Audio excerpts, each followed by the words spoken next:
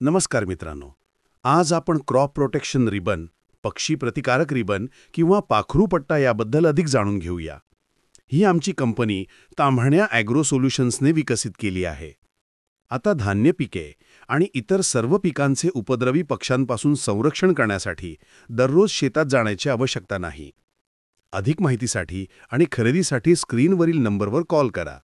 7198 7371 ह्या नंबरवर कॉल करा किंवा क्रॉप प्रोटेक्शन रिबन असा व्हॉट्सॲप मेसेज करा.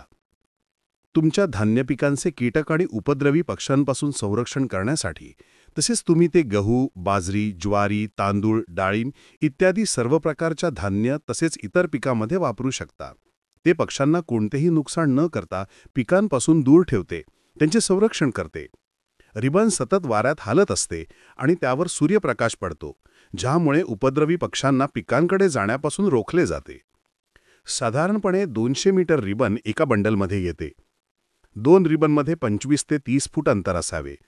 ती पिकापासून 1 ते 2 फूट उंचीवर बांधले पाहिजे. ते उत्तर-दक्षिण दिशेने 2 खांबांमध्ये बांधावे, जेणेकरून जास्तीत जास्त सूर्यप्रकाश पडेल आणि परावर्तित होईल.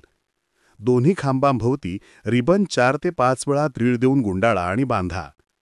जर तुम्हाला व्हिडिओ आणि आमची माहिती आवडली असेल तर कृपया आम्हाला म्हणजेच ताम्हाणे ॲग्रो सोल्युशन्सला फॉलो करा आणि सबस्क्राईब करा. तसेच व्हिडिओ शेअर करा. धन्यवाद.